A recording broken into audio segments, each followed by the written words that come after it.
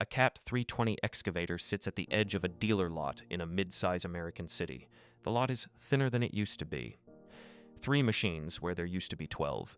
The sign is still yellow, but the name above the door is not the name the operators in this county grew up with. 6 months ago, this was a family dealership.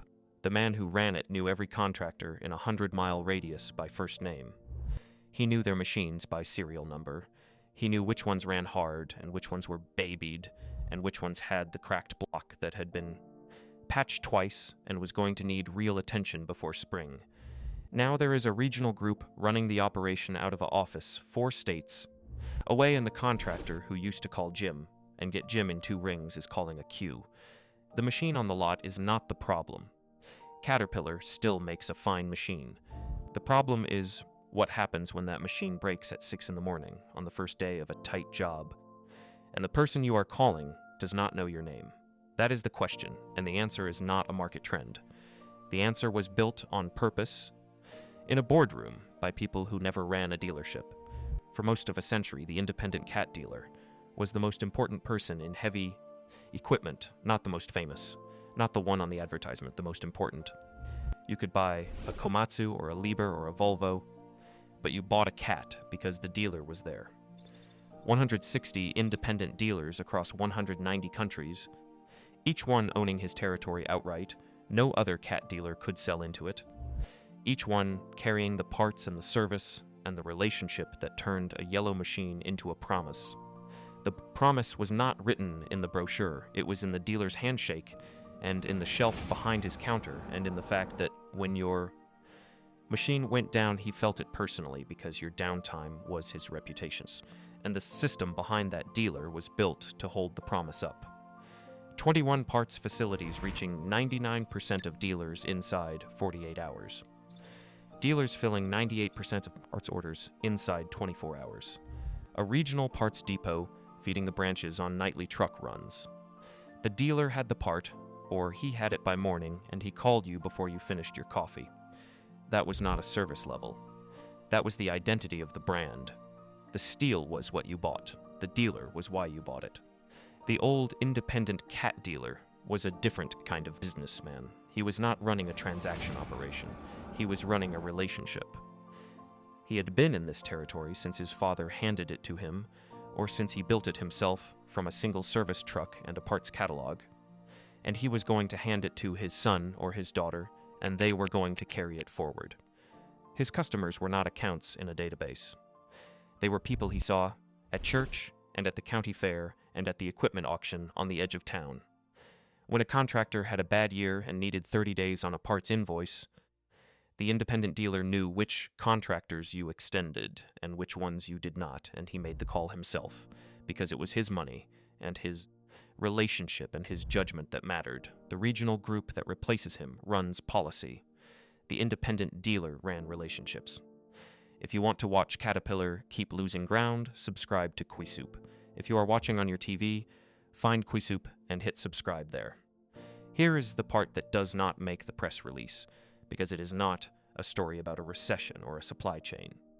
It is a story about what a corporation does to the network it depends on when it starts managing that network from a distance. Caterpillar was born in Peoria, Illinois. The merger in 1925 that created it, Holt Manufacturing and C.L. Best Tractor, anchored the company in the factory towns of the American Midwest. By 1930, the headquarters sat in Peoria for good, and it stayed there for decades. The foundry at Mapleton, the assembly lines at East Peoria, the engine plant at Mausville, the parts facility at Morton. 4 big plants, and the people who worked them, and the dealers who served the operators who ran the machines they built. That was the whole chain, and it all started in Peoria. Then in January of 2017, the headquarters left Peoria for Deerfield, up by Chicago. Then in June of 22, on the 14th, it left Illinois entirely for Irving, Texas. The chief executive, Jim Umpleby, called it a move that supports the strategy for profitable growth. The factories stayed in Peoria. The service techs stayed in the dealer shops. The people who set the dealer agreement terms, the stocking mandates, the capital requirements, the margin structure that determines whether an independent dealership is viable, Those people moved to a glass tower 900 miles from the nearest Cat foundry. And here is what a finance-first culture does when it manages a dealer network from 900 miles away. It standardizes, it measures. It sets requirements that look identical on a spreadsheet, regardless of whether the dealer is a 30-location regional group with a 9-figure credit line or a family operation in a county of 40,000 people running 3 service trucks and a parts counter. The stocking mandate does not know the difference. The capital requirement does not know the difference. The quarterly review does not know the difference. The small dealer either finds the capital to meet the standard or he does not. And if he does not, he has options. He can sell to the regional group. He can exit the brand. He can try to hold on until the next generation. If there is a next generation willing to take it on, knowing the margins are thinner than they were, and the mandates are heavier than they were, and the corporation that needs him is not in the room when the decision gets made about how much capital a family dealer can carry. This is not a story about bad intentions. The people in Irving are not setting out to destroy the independent dealer. They are optimizing a network.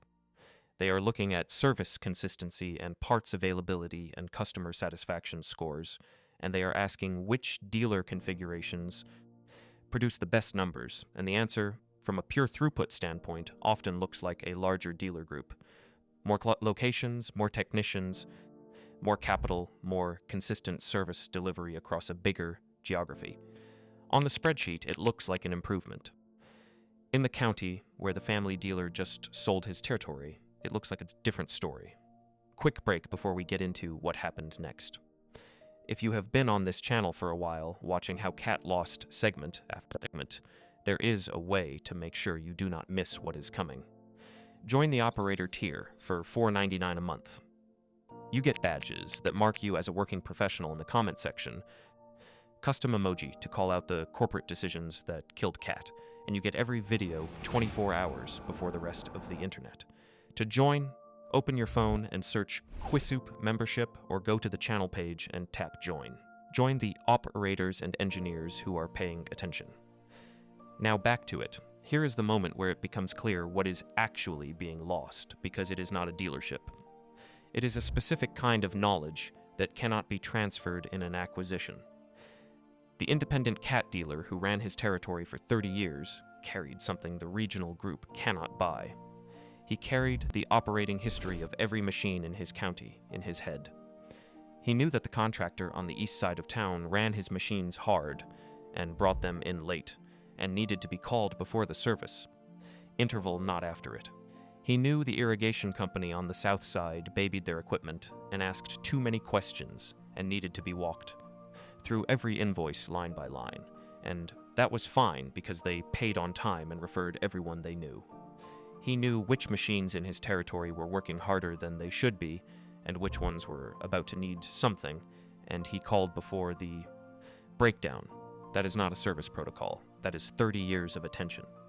You cannot upload it into the regional group CRM and expect the same outcome. And the contractor on the receiving end of that knowledge knows the difference immediately.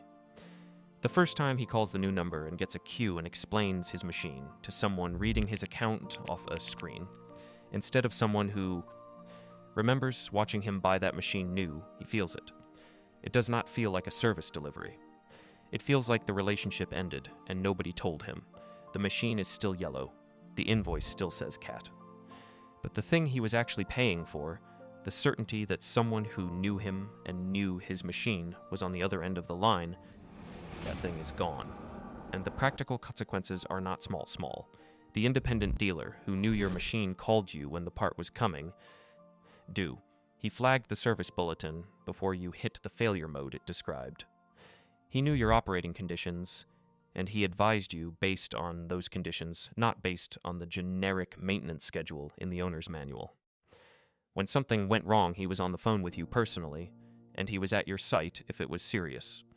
The regional group delivers a service, and it may be a good service, but it is a service with a ticket number and a callback window, and a technician dispatched from a scheduling system who knows what the work order says and nothing else. The machine does not care about the ticket number. The machine cares whether the right person showed up with the right knowledge. And now layer on top of that the inventory pressure that Video 7 covered. The chief executive in 2022 saying dealer inventories were near the low end of the typical range. The SEC filings documenting decreasing dealer inventory while demands stayed high. The independent dealer is not just being squeezed by capital requirements and stocking mandates. He is being squeezed by a system that asks him to carry less and still deliver the full shelf promise that made the brand what it is. He absorbs the customer anger when the part is not there. He carries the relationship damage on behalf of a corporation whose headquarters is in Texas. He is the face of the failure, even though the failure was set in motion by a strategy he did not write and a shelf level he did not choose. That is the bargain that is becoming impossible to sustain. The independent cat dealer signed up to carry the brand promise into his territory. The brand promise is the part is there and someone who knows you answers the phone. The corporation he represents has been making both of those promises harder to keep with every passing year. And when the dealer reaches the point where he cannot sustain the promise and he cannot sustain the capital, and the next generation is not interested in taking on the fight he sells, the regional group moves in. The territory survives on the map. The relationship does not survive the transaction. So here is the question worth fighting about in the comments. Is the independent cat dealer a relic of a different era? A small business model that was always going to consolidate into regional groups, the way hardware stores consolidated into home centers? Or was he the most important thing Caterpillar ever built, and is the corporation that squeezed him out writing its own slow ending? Because if the dealer was the product all along, if the certainty in the relationship were the things the contractor was actually buying, then the corporation that optimized the dealer network into regional groups and moved its headquarters to Texas did not improve its competitive position. It sold the moat and called it profitable growth. Tell me in the comments. One more thing before you go. If you really want to be part of the inner circle on this channel, join the site foreman for $9.99 a month. You get a public shout-out in upcoming videos. Your name, your operation, your story, validated in front of the entire QuizSoup audience. Plus everything from the operator tier. To join, open your phone and search QuizSoup membership or go to the channel page and tap join. And remember, every contractor who built a 30-year relationship with an independent cat dealer and watched that dealer get absorbed into a regional group already knows how this story ends. See you in the next one.